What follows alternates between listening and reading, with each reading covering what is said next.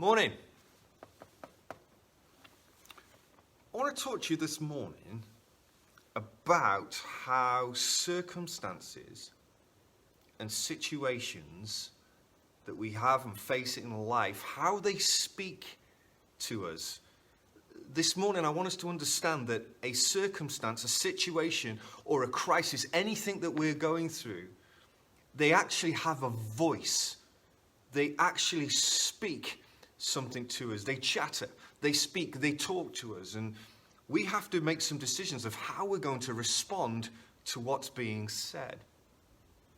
Have you ever felt, for some reason, just because something's going on in your life, you know, that disconcerted feeling, agitated, troubled, bothered, unsettled, like ruffled? You know that phrase, your feathers are ruffled, and you're just something inside you, and you know it's to do with a situation, but you're trying to act it's okay.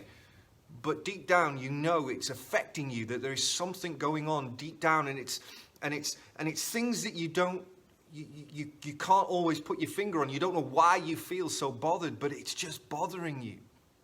People say to you, is anything bothering you? Because they can tell. They can tell by the way you're acting. They can tell by the way you're responding, by the way you're talking. You know, sometimes you might be short in your comments. You might be sharp, and you're not quite with it. You're not attentive. Why? Because there's a circumstance or a situation that is bothering you. There is something deep down inside of you that's creating that anxiety and that unsettled, agitated feeling. 1 Corinthians 14:33, it says this: God is not the author of confusion, but he is the God of peace. Paul says he's not the God of confusion, but of peace, to the church in Corinthians who are experiencing a situation where actually the church was becoming divided, and people were all against each other, and people were favoring different people. And he comes and Paul says, listen, God's not the author of confusion. Don't think that God is in this. He's not in this. God does never authors confusion. God is a God of peace. Said in Philippians 4, or I've said in the last couple of weeks, that when we looked at Philippians 4 verses 6 and 7, in verse 6 it says, be anxious for nothing, but in everything. Understanding then that actually it's things that create anxiety. It's the things of life that create anxiety. Like I said, it's the circumstances, it's the situations. That's what brings that anxiety. And Paul actually says you can get to a place where you can be anxious for no thing. Circumstances create chatter. Trials and temptations, they talk to us. Situations, they speak. You know, think about it practically. You know, if you are working for a company, I remember in 2008, you know, there was talk about job redundancies when there was that big financial crash. And there was talks about job cuts, and you were working in the public sector, and obviously one of the things the government does is actually start to cut jobs in the public sector. That's how they save money. And obviously right now, with people in the public sector after this coronavirus might be hearing the same things. I mean, if we watch the news and listen to the news, they're all saying the same thing about, this is the biggest economic crisis for this generation. And those things are speaking to us all the time, the news and the circumstances speaking to us. And you know, if you're a believer and you trust God's promises, sometimes you can actually allow that to affect you. But you know, the Psalm 37 verse 25, I read this just the other day, and it's probably one of my favorite Psalms, where David says this. He says, I was once young, but now I am old. In other words, guys, I've seen a lot. I've been around long enough to be able to make a qualified statement on this. I can tell you categorically, I have never seen the righteous forsaken or their children begging bread. Circumstances, they speak to us. Last week we talked about the storm. Remember, we talked about how Jesus and his disciples were in a storm, and Jesus was sleeping in the boat whilst the storm was happening, and he was experiencing in his humanity, he was experiencing what we would call superior peace, the peace of God, which is superior or surpasses all understanding. Jesus is experiencing that whilst his disciples, they're in full-blown panic. Let's read it. Matthew chapter 8. Matthew chapter 8, it says there, verse 23. Now, when he got into a boat, his disciples followed him. And suddenly a great storm arose on the sea, so that the boat was covered with the waves. Have you ever felt overwhelmed? The way the boat was covered by the waves. Have you ever felt overwhelmed? Have you ever felt overwhelmed by the circumstances of life that sometimes you just can't cope? Well, this is the situation the disciples were in. The boat was covered with the waves, but Jesus was asleep. Mark 4, it writes that Jesus was asleep in the stern on a pillow. Then his disciples came to him and awoke him, saying, Lord, save us, we are perishing. That's interesting. You see, the storm spoke to them. The storm they were in that was overwhelming the boat that they were in, it spoke something to them. And it spoke something interesting. It said this: you're going to die. You're going to perish. You're not going to get through this. You're not going to survive. This is too much for you. This is overwhelming you. You cannot survive this. This is out of your control. You are going to die. Isn't that interesting? The storm spoke and they listened. It's interesting that the storm was something they couldn't control. They couldn't control. It spoke to them, but they couldn't control it. And you can't control the storm, and you can't control everything that goes on in your life.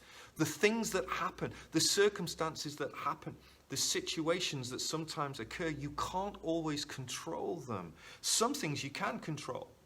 Like, for example, if you work for a boss and your boss says, hey, I want a report, submit it to me in a month's time, and I leave it, and I leave the report maybe until a couple of days before, and it's a big report.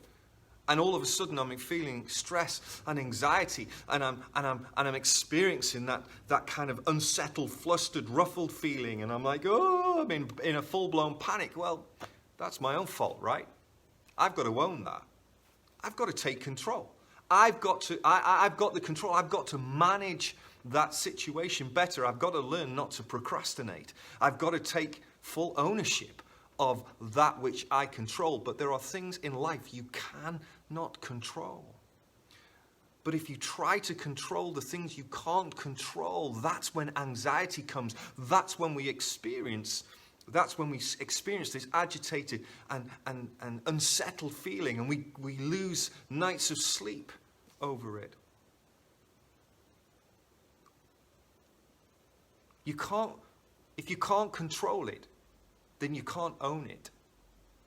And that's why we have to cast our care, because often we try to cast things or keep things that we can't control.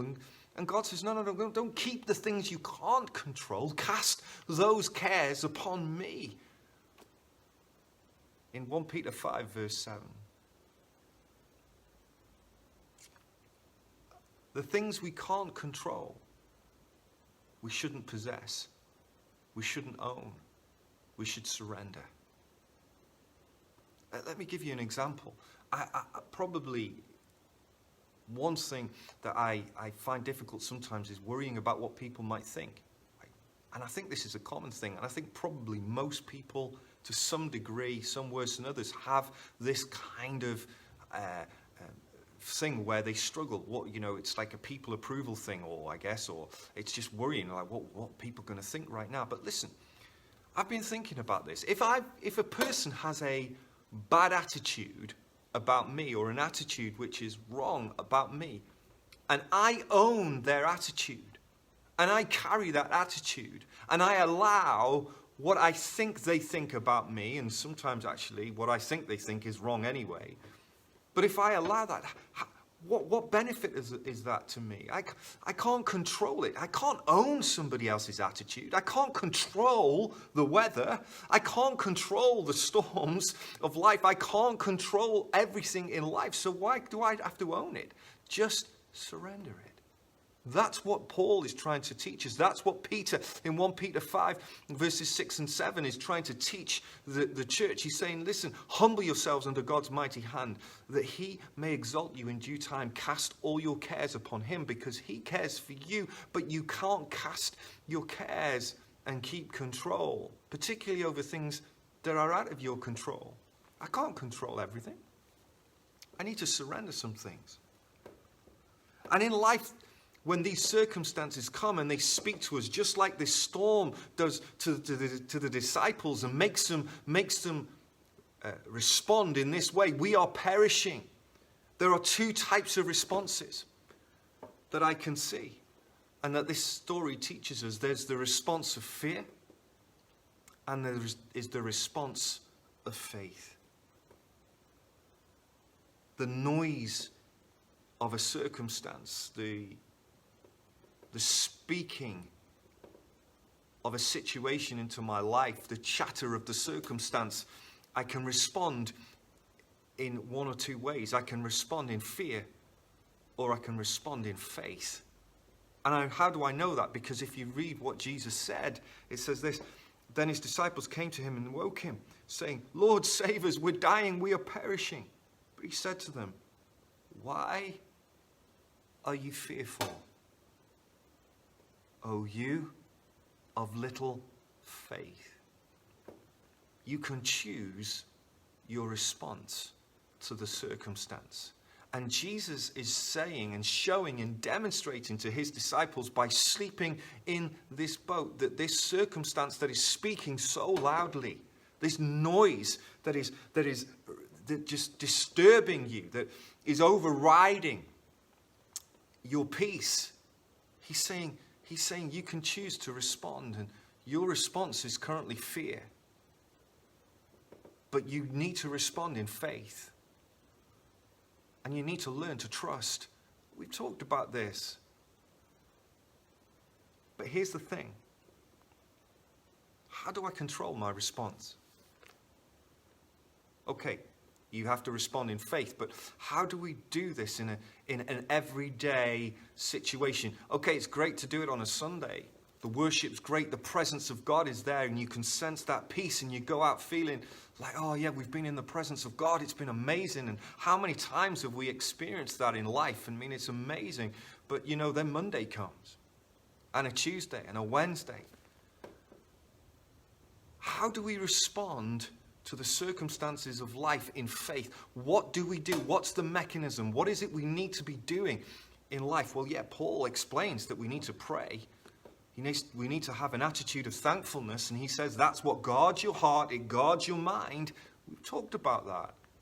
Pray and be thankful in every situation, and that peace of God which surpasses all understanding is superior to what you understand, where you forego your right to understand something and you put your trust in him and you lean on God in that situation that you can't control, that storm that is speaking so loudly that you have to respond in either fear or faith. You can do that.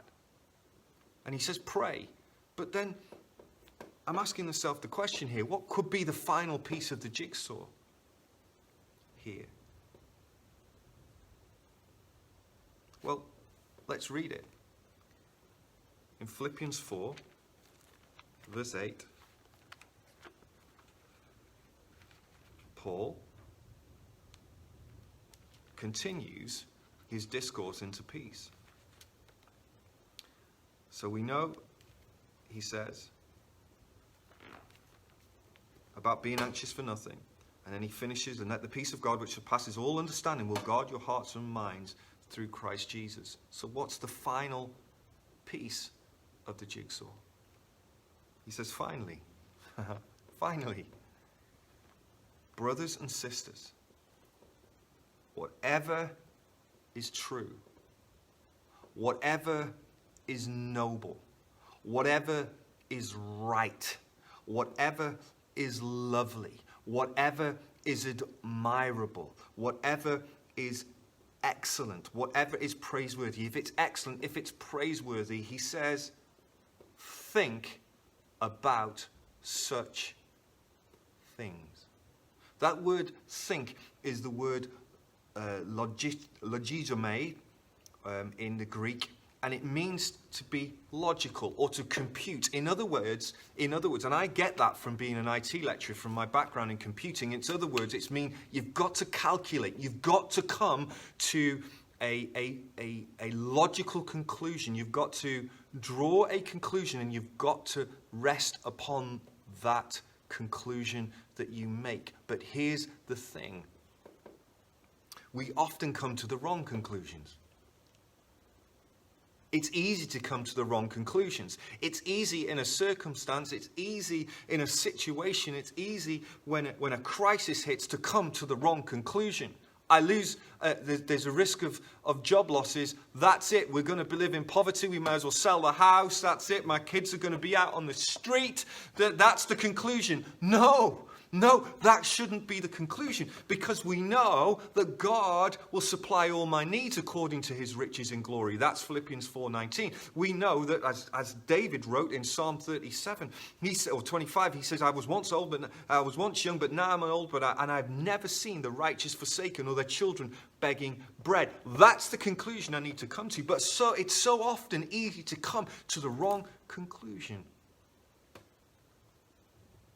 But we need to compute, Paul says. We need to come and think and conclude something in the situation and the circumstances that we are facing. In the New Living Translation, it says fix. Fix your thoughts. Fix your thoughts on whatever is true, whatever is lovely, whatever is honorable, whatever is right, whatever is admirable, if it's praiseworthy, if it's excellent. Fix your thoughts on those things. I remember Danielle's testimony,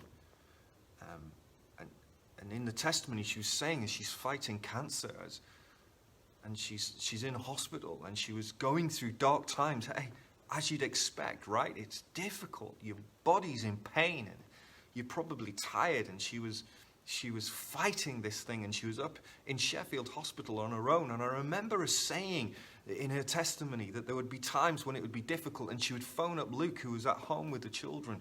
And Luke says, listen, it's not a time to fix on the pain. It's not a time to fix your thoughts on the future, maybe of what you think, and coming up with the wrong conclusions. And he would say, Danielle, get some worship on.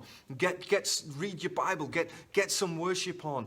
Fix your thoughts on something that is praiseworthy, that is excellent. In other words, fix your thoughts on God, Danielle.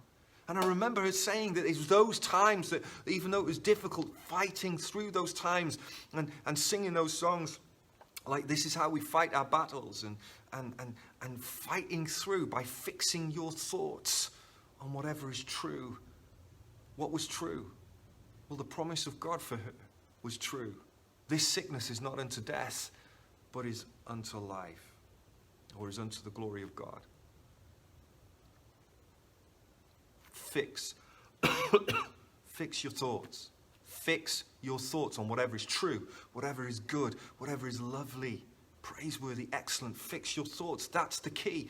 I mean, Paul writes to the church in Colossians, and he says, set your minds on things above, not on things below. It's so easy to set our minds on the circumstance, on the situation. We've all done it. I've done it. I'm as guilty as anyone. But he says, fix your thoughts. So when you're going to come to a conclusion, and if you're going to come to the right conclusion, if you're going to come to a conclusion that's going to actually help you cope, and when anxiety attacks, you've got to come to the right conclusion. And how do you do that? It's all dependent on what you fix your thoughts. We've read Isaiah 26, 3 and 4 before. And I'm going to just read it to you again. It says this, Isaiah 26, verses 3 to 4. Well, actually, I'm going to read from verse 1. In that day, this song will be sung. What a song to sing. It's a song they're singing in the land of Judah. We have a strong city. God will appoint salvation for walls and bulwarks. Open the gates that the righteous nation which keeps the truth may enter in. Do you know what? There's something about that there, righteousness. Do you know what? Listen, if the anxiety you're feeling is because you're doing something wrong, this isn't to heap condemnation or anything, but just fix it, right? Own it. Do the right thing. And that will actually help you find peace. Just do the right thing. But this is what it says. You will keep, listen to this, you will keep him in perfect peace. In perfect peace, whose mind is stayed on you. Because he trusts in you. You will keep him in perfect peace, whose mind is stayed on you, because he trusts in you. Wow. That word stayed in the Hebrew could also be translated as fixed.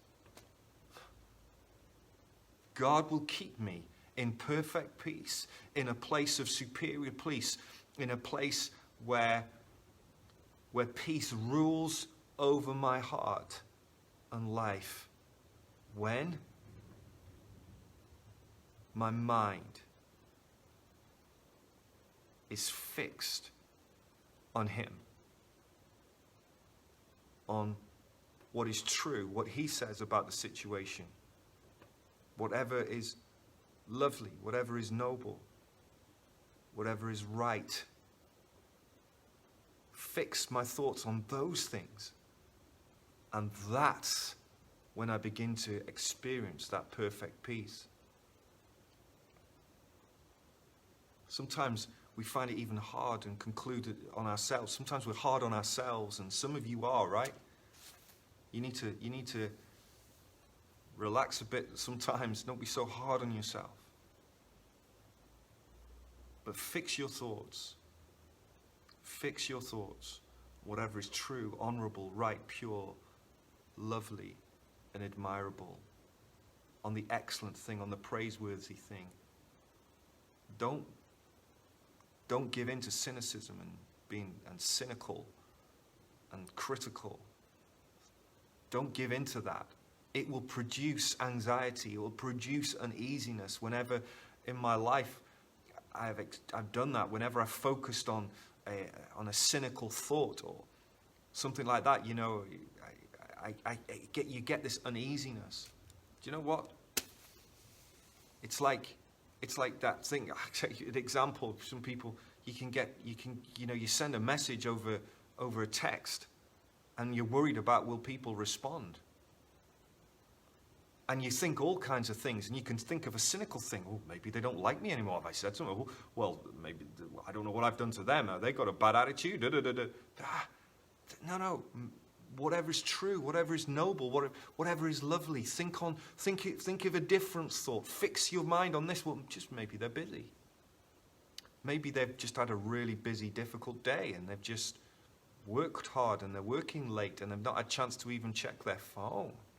Maybe that's the truth. Yeah, I'll fix my thoughts on that. And all of a sudden, that ruffled feeling, that unsettled feeling starts to lift. It's all where we fix our thoughts. Where we fix our thoughts. I'm going to finish with the benediction that Paul gave to the Thessalonian church. It's 2 Thessalonians. 2 Thessalonians 3, verse 16. It says this: Now may the Lord of peace, now may the Lord of peace, now may the Lord of peace himself give you peace at all times and in every way. The Lord be with you all. He is with you. And I'm just going to pray that we will all just sense his presence and his peace and his joy right now. Just pray that the presence of God that brings peace. He is the Prince of Peace. His presence will come and will actually remind us that we need to fix our thoughts, folks. This is not a Sunday thing. It's an everyday thing. It's a battle every day, but it's a battle we can win, and it's a battle that actually, over time, becomes easier. To fix our thoughts. When that circumstance speaks, we fix our thoughts. You know, sometimes it's not more faith we need. Sometimes it's a case of just turning other things off. It's a case of turning them down, dialing down those things, those voices that speak into our circumstances. For some of you, it's not more faith, you need less Facebook. I remember Facebook being something that was just starting to ruffle me and bother me years ago, and I just turned it off. And it was over at Christmas time. I had the best Christmas ever. Not for that reason, but it was not a distraction anymore. Now may the Lord of peace himself give you peace at all times in every way. The Lord be with you all. God bless. Have a great week. Amen.